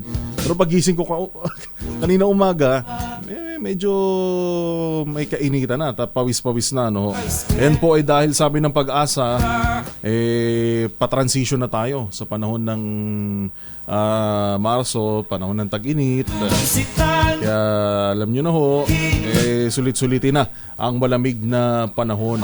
Palagay ko sa Tagaytay at Baguio City, may kalamigan pa rin, hindi naman nawawala yan. Medyo sa Tagaytay humihina lang yung lamig, ano ho. 20 minuto bago 20 minuto makalipas ang alas 5. Good morning ho, good morning. At syempre ngayong umaga, ngayong araw ay ating binabati ng happy birthday ang ating RH5 Val Gonzales Valentino. Kuyang Val, good morning, happy birthday. Meron ba tayo dyan? Atin na bang aasahan ng pa-breakfast ngayong umaga? Ganun, meron daw ha, meron. At syempre sa ating station manager, Attorney Reg Hularbal. Boss, good morning, happy birthday. 5:21. At syempre dito sa News Center, hindi nagpahuli. Kung hindi lang ang mga eskwelahan ho ngayon ang merong color coding pagpasok. Bukod sa pagpasok ko dito kaninang umaga ay pulang-pula si Pareng Ray Taladro. Ang ating mga kasamahan dito sa RH News Center ay pulang-pula rin. Sa pangunguna po yan ni Sir Greg Servano na pulang-pula ngayong araw at feeling in love. Diba? At kung meron namang feeling in love, meron namang humihingi ng lambing. This is God Beats Protection System. Merong mga medyo hindi maganda ang araw ngayon Sabi nga ni Miss Kisa Sabson kanina, baka daw humihingi ng lambing yung mga ilang mga lalaki ngayon bilang babae ang dapat nilalambing. Lahat na ginagawa para lang mapuna, pero nauuwi lamang ng lahat sa alitan. Alam mo naman na love kita, cute mo pag nagagalit ka. You know? Di ka maiyahag kita. May pa-flashback ba ng konti sa kantang to? Eto, hindi ko medyo panahon natin to, pero ang kantang to, sikat na sikat ngayon ho sa TikTok. Naalala ko lang kasi sinabi kanina baka yung mga magbibigay daw ng bigas ngayong Valentine's Day o di kaya naman ng hindi rosas, nangangailangan ding bigyan. Nangangailangan din ng pagmamahal. Nangangailangan din ng paggalingan. Magandang umaga. Meron ditong pinag-uusapan ho natin kanina, yung sa mga healthcare worker, may mga nagpapadala ho ng mensahe sa atin tungkol ho doon at sinasabi nga na maging sila 2021 pa raw at 2023 ay hindi pa rin nabibigyan. Ano kayang probinsya ho ito, ano ho? At meron din dyan sa ilang lugar, dyan ho sa Manila Health Department. Ito, may nag-comment ho dito na since 2021, wala pa rin na ibibigay sa kanila. Kaya ang ilan ho sa mga grupo ng healthcare workers na nakausap po natin kanina, mananawagan, may kilos protesta raw po ngayong umaga para ihatid ang kanilang mga inahiing. Partikular na ho itong healthcare allowance o yung HEA na kanila pong tinatawag. Happy Hearts Day mula dyan po sa Occidental Mindoro. Binabati ni George De Los Santos ang kanyang asawa na si Irene De Los Santos. Segundo Pano, good morning. Happy Hearts Day, Noel Galliano. At sa kanilang mga sinisinta, binabati. Punong-puno ang ating chatbox ngayon. O nga pala, bago natin makalimutan, si dating senador at ngayon Chief Presidential Counsel Juan Ponce Enrile ay nagdiriwang po ng kanyang ika-100 birthday ngayong araw. Senator Enrile, happy birthday. Happy 100th birthday. Wow. Nakatutok naman mula sa Muntinlupa City si Miss Annalyn De La Cruz. At live pa rin po tayong napapanood nationwide via satellite sa DZRH cable channels sa pangunguna po yan ng Signal Channel 18 at sa higit 1,000 cable providers nationwide. At of course, napapakinggan sa 18 relay stations sa Luzon, Visayas at Mindanao. Si Chris Aquino, ang isa sa mga batikang aktres, may nag-birthday din po ngayon. Paano ba sinasabi sa inyong dialekto ang salitang mahal kita? Ako kasi noon, pag nagsasabi ako ng mahal kita, hindi lang naman kasi hindi lang naman sa intimate relationships po yan. Pwede rin naman ho tayong magsabi ng mahal kita doon ho sa mga kaibigan. Unang-una, sa mga magulang ho natin. Maaari naman tayo magsabi, hindi lang naman intimate relationship usaping mahal kita Tayo nga ay umuot kumakain sa mahal kita. Ano yan? Ano daw yan? Paano ba sabihin sa inyong dialekto? Sa amin ho sa Negros Oriental, Bisaya, gihigugma. Teka, diba? Ang sweet. O kaya palangga sa bandang norte. Norte, Ilocos. Munggo, ayun. Palangga. Te amo. Iba't ibang lengguwahe, iba't ibang wika, iba't ibang dialekto. Pero iisa ang kahulugan, ang pagmamahal. Oras po natin, 5:26 ng umaga. Magandang umaga, Pilipinas! Pangulong Bongbong Marcos ikinukonsidera na i-convert sa bigas ang perang ibinibigay sa mga benepisyaryo ng 4Ps. Buong detalye, RH14, Leth Narciso. Leth. Inirekomenda ng Department of Agriculture kay Pangulong Ferdinand Marcos Jr. na gawin na lang bigas imbes na pera ang ipinamamahaging ayuda sa mga benepisyaryo ng Pantawid Pamilyang Pilipino Program o 4Ps. Sa press briefing sa Malacanang, sinabi ni DA Undersecretary Roger Navarro na ang mungkahi ay isusupply na lang ng National Food Authority ang bigas sa 4Ps beneficiaries para hindi na sila bumili ng bigas na mas mataas ang presyo sa mga palengke. Paliwanag ni Navarro, magbibigay ito ng pressure para bumagal ang inflation at bumaba rin ang presyo ng bigas sa merkado. Nasa 20% kasi anya ang 4Ps beneficiaries sa buong bansa na mababawas sa bumibili ng bigas kung sakali. Ayon sa opisyal, sinabi ng presidente na pag-aaralan ang proposal at titingnan kung paano ito maipatutupad. Para sa kauna-unahan sa Pilipinas, DZRH, ito si Let Narciso, tuloy-tuloy sa pagbabalita, tuloy-tuloy sa serbisyo, sama-sama tayo Pilipino. Bagong balita, bagong impormasyon, kasama si Kuya Angelo Palmones. Magandang umaga, Pilipinas!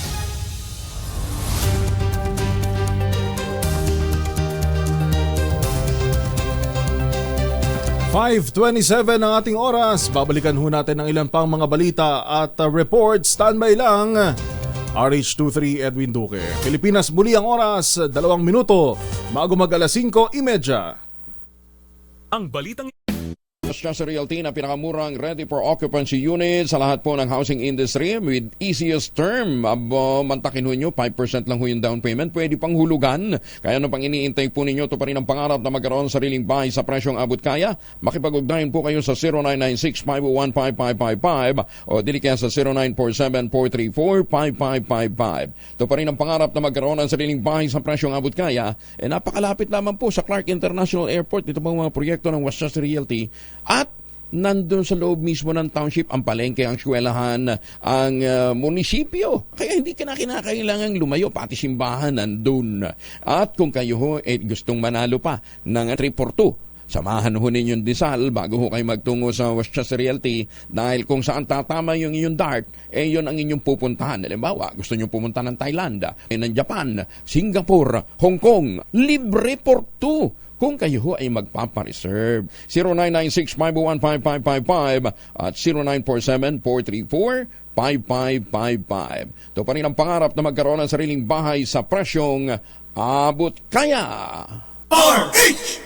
Huwag nyo natin kalimutan, sabi ho natin nga, tangkilikin ang gawang atin. Katulad po ng Tangerine Chocolate, produkto po ito ng mga magniniyog dyan po sa lalawigan ng Quezon. Sa tulong po ni Dr. Helen Tan, ito pong mga magniniyog na dating umaasa sa Kopra, mga MSMEs na ngayon.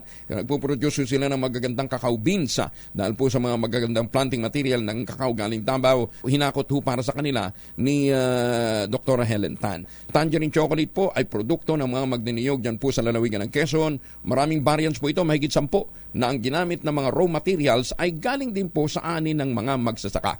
Kaya tangkilikin po natin ang gawang atin. Available sa 0919-095-5935 o dili kaya i-check po ninyo online tangerinechocolate.ph. Sabi nga po ni Dr. Helen Tan, sino bang magmamalasakit sa Pilipino kundi ang kapwa Pilipino? Kaya sana tangkilikin natin ang gawang atin. Magandang umaga, Pilipinas!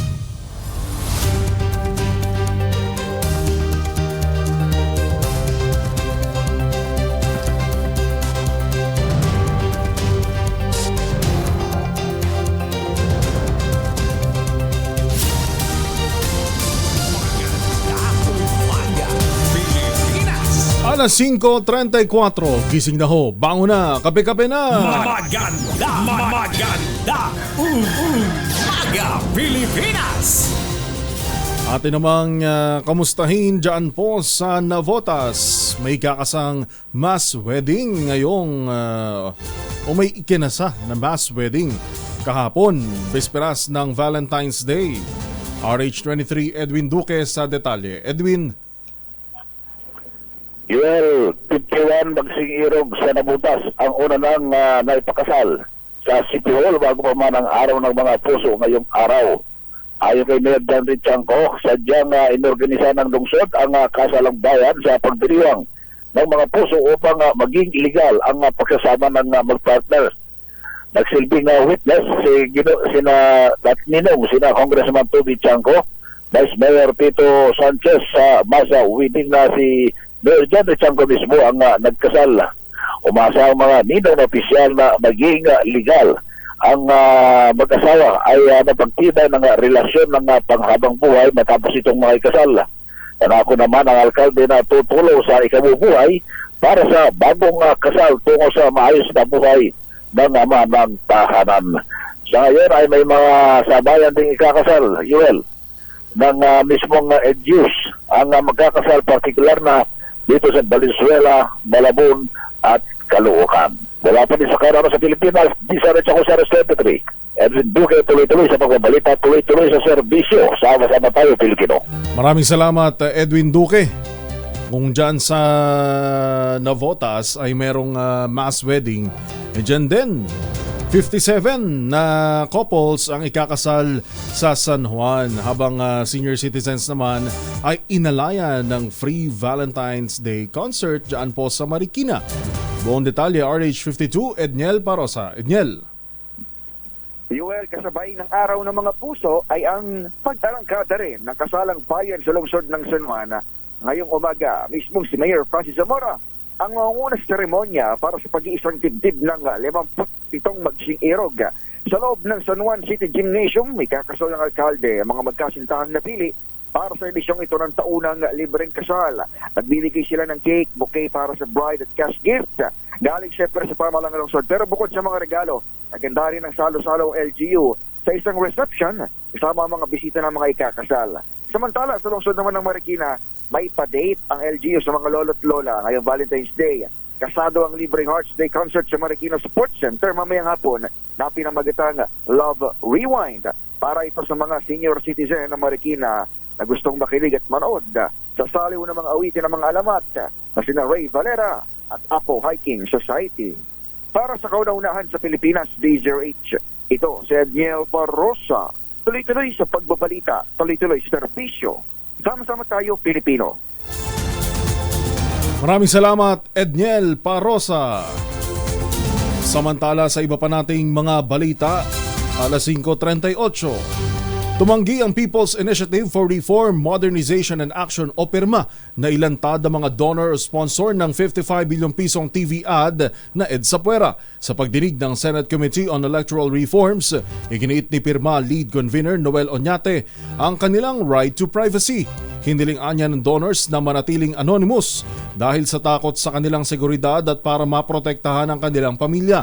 Sabi naman ng kanyang abogadong si Attorney Alex Avisado, binalik ni Oñate ang higit sa kalahati ng donasyon sa mga donor. Kinumpirma naman ni Oñate na 28 milyong piso ang kanilang ibinalik sa winidraw mula sa 3 bangko.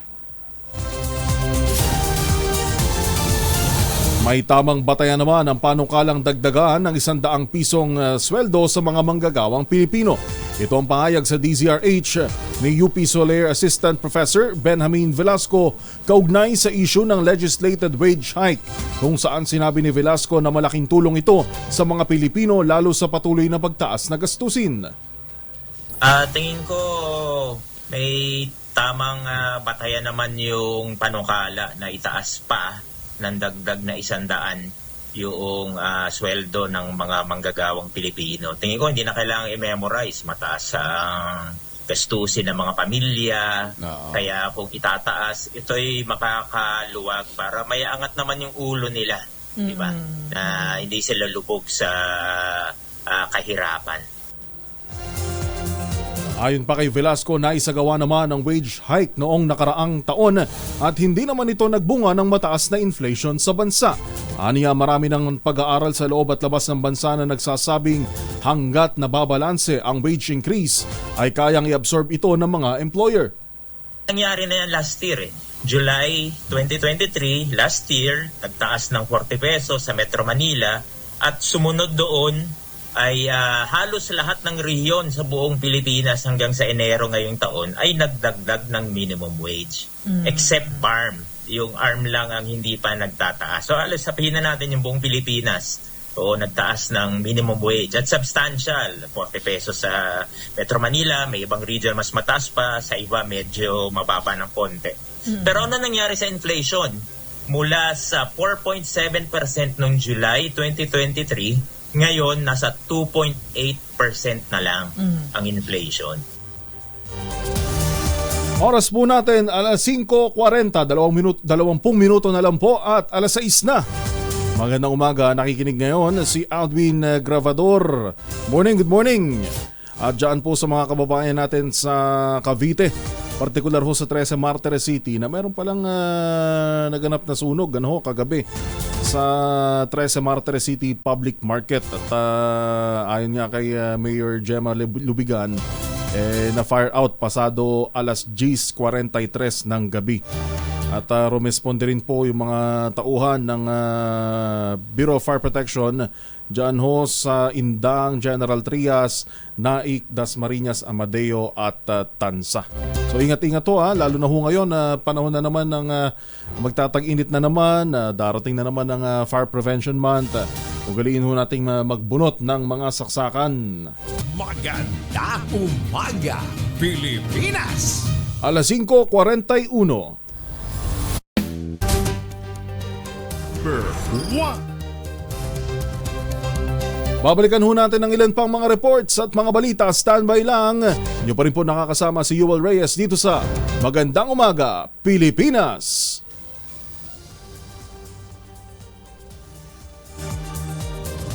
RH number.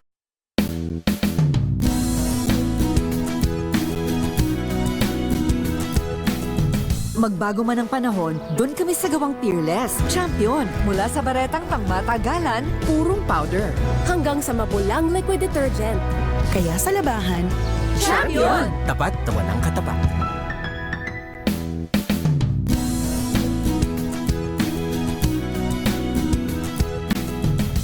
Magbago man ang panahon, doon kami sa gawang Peerless. Champion, mula sa baretang pangmatagalan, purong powder. Hanggang sa mapulang liquid detergent. Kaya sa labahan, Champion! Tapat na walang katapat.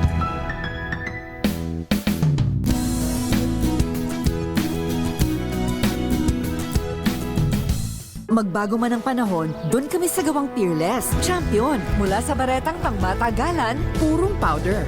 Hanggang sa mapulang liquid detergent. Kaya sa labahan, Champion! Tapat na walang katapat.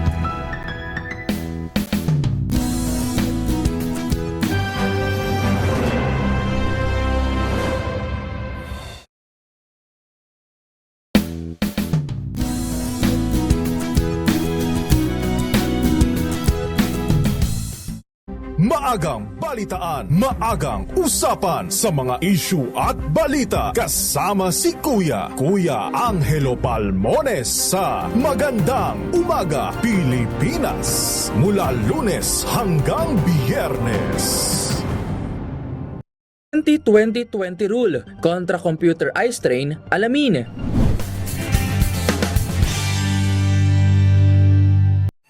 Mga balitang gigising sa inyong umaga. Mga balitang kailangan mong malaman. Mapapakinggan sa ACS Balita sa 2x2. Kasama sina Anthony Taberna at Jerry Baha. Lunes hanggang Biyernes.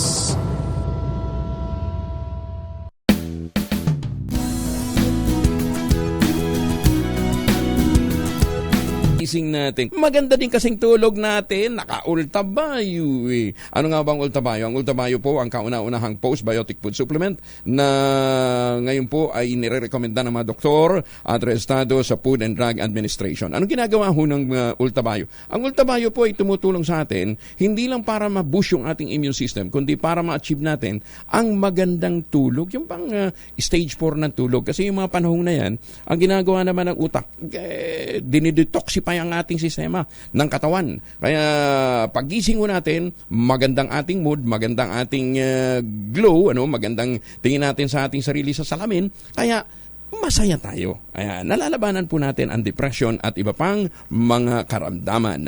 Kaya para ho sa mga gustong magkaroon ng magandang gising, mag-ultabayo. Kung may mga katanungan ho kayo tungkol po sa ultabayo, ang kauna-unahang postbiotic food supplement ng Pilipinas, mag-text ho kayo sa 0917-110-6580. Ang ultabayo available sa Lazada at Shopee. Siguraduhin lamang ninyo na yun ay galing sa Theoxis Health Ventures. O di kaya pumunta ho kayo ng Mercury, Amesco Drug sa Davao at Cotabato, o di kaya sa John's Pharmacy sa Zamboanga, sa Pasmed Pharmacy, dyan po naman sa Laguna.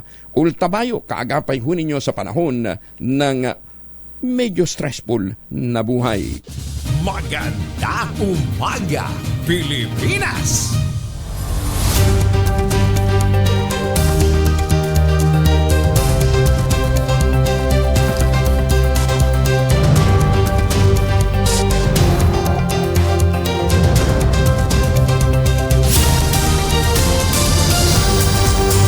14 na minuto na lang po, alas 6 na, gising na, bango na, kape-kape na. Maganda, Umaga Pilipinas.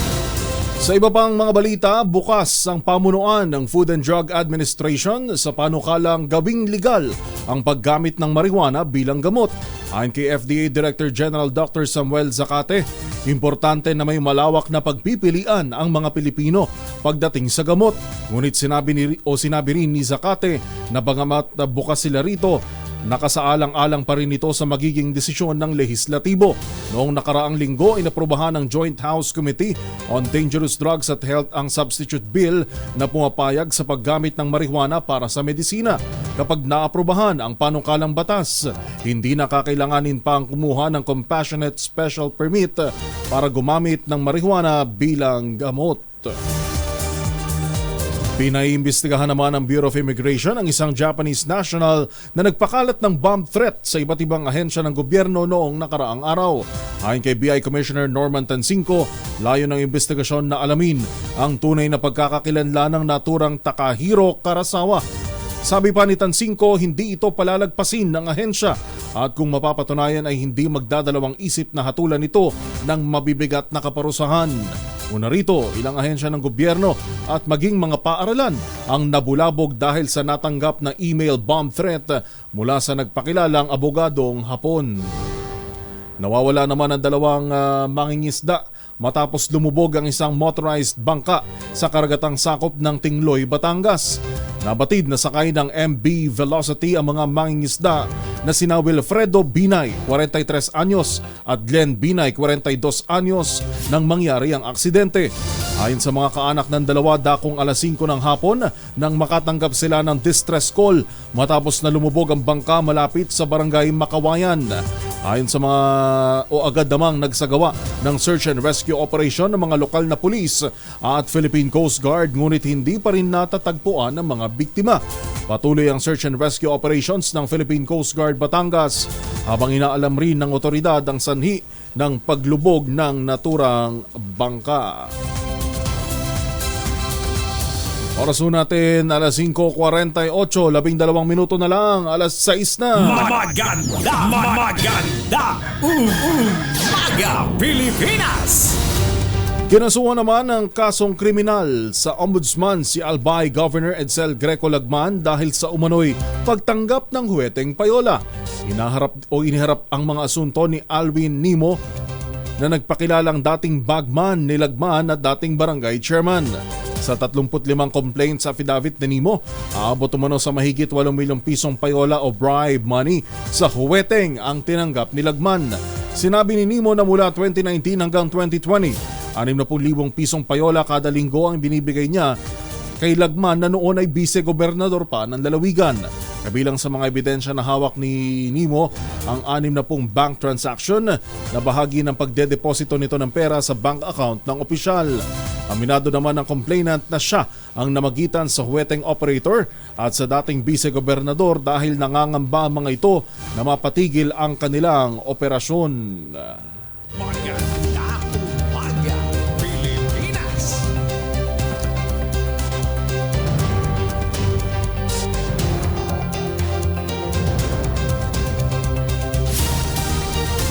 Sampung minuto na lang po, alas 6 na ng umaga. Maganda, Umaga Pilipinas. Tikom naman ang bibig ni Vice President Sara Duterte nang tanungin kung kukumbinsihin niya ang ama at kapatid na tigilan ang mga batikos kay Pangulong Bongbong Marcos. No comment lamang ang maikling tugon ng Vice Presidente sa isang panayam sa Malaysia. Una nang sinabi ni Vice President Duterte na nire-respeto niya ang pananaw at opinyon ng kanyang ama na si dating Pangulong Rodrigo Duterte at mga kapatid. Matatanda ang umapela si Zambales Representative Jeffrey Kong Hoon sa pangalawang Pangulo na himukin ang kanyang pamilya na suportahan si Pangulong Marcos. Kinundi na naman ni Quezon City Mayor Joy Belmonte ang umano'y marahas na pagpapalayas o pagpapaalis sa mga estudyante sa labas ng House of Representatives na nagkikilos protesta. Ayon kay Belmonte, ilang ulit niyang pinaalalahanan si Quezon City Police District Chief General Rodrigo Maranan na magpatupad ng maximum tolerance sa mga ralista. Pero ilang estudyante pa rin ang iniulat na nasaktan at nasugatan sa ginawang pagtaboy sa kanila ng mga pulis. Kaugnay rito, inatasan na ni Maranan ng Internal Affairs Services na imbestigahan ang mga tauhan ng Batasan Police Station kung may nalabag sila sa Police Operational Procedures. Una nang nagtipon-tipon sa labas ng Kamara de Representantes ang mga demonstrador mula sa Polytechnic University of the Philippines o PUP sa gitna ng hearing ng Kamara sa proposed National Polytechnic University.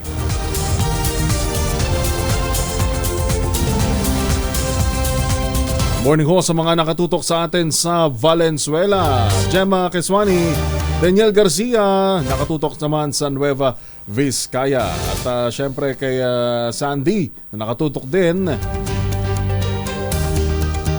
Edmedio Junio, paano nga daw mababalanse yung bilihin at sahod ng mga manggagawa? Unang-una, hindi balanse. Napag-iwanan na ho doon sa sinasabi natin na sahod na nakabubuhay upang sahod naman na disente, na makapamuhay ang isang tao, ang isang pamilya. Doon ho, kumpara ho doon sa bilis ng antas ng pagmahal ng mga pangunahing bilihin. Sa iba pa nating mga balita, nakipagpulong si Pangulong Ferdinand Marcos Jr. kay US Ambassador to the Philippines Mary Kay Laws Carlson sa Malacanang kahapon. Sa mga larawan na ipinadala ng Presidential Communications Office, nabatid na makikita si Carlson na humarap din kina Foreign Affairs Secretary Enrique Manalo at Executive Secretary Lucas Bersamin. Bago nito, nagkaroon rin ng pagpupulong si Carlos kay Defense Secretary Gilbert Teodoro Jr. noong Enero. Kasama sa kanilang tinalakay ay ang planong joint patrol sa West Philippine Sea na bahagi ng defense cooperation ng dalawang bansa. Alas 5:53, Happy Hearts Day din. Siyempre, sa ating mabait na kaibigan, Congressman Ador Pleito at ka-Girly Pleito ng Bulacan. Siyempre, Mayor Zenny Mendoza ng Talisay, Batangas. Good morning po at Happy Hearts Day. Ayun, Happy Hearts Day ang ating pagbate. Pinaiimbestigahan naman ni Senadora Risa Ontiveros ang warrantless arrest kay film director Jade Castro at 3 iba pa dahil sa umano'y panununog ng modern jeep sa Quezon. Sa kanyang Senate Resolution 928, sinabi ni Ontiveros na mali ang ginawa ng mga pulis na aresto now, paliwanag later. May CCTV footage aniya ang mga testigo rin ang nagsabi na nasa Mulanay, Quezon ang grupo ni Castro nang mangyari ang krimen sa kalapit bayan nitong Katanawan. Una nang sinabi ng pamilya ng direktor na nagbakasyon lang ito sa lugar kasama ang kanyang mga kaibigan. Sa iba pang balita, bumaba naman ang kaso ng cybercrime sa Pilipinas noong buwan ng Enero. Batay sa report ng Police Anti-Cybercrime Group, nakapagtala sila ng 1,458 na bilang ng cybercrime incidents, mababa ng 24% kumpara sa 1,937 na kaso. Gayunman, mataas pa rin ang bilang na ito ng 84.79% kumpara sa 789 na kaso noong 2022. Una nang ipinatupad ang mandatoryong SIM registration sa bansa noong nakalipas na taon dahil sa tumataas na bilang ng mga nabibiktima ng scams at iba pang cellphone at online criminal activities. Maganda umaga, Pilipinas!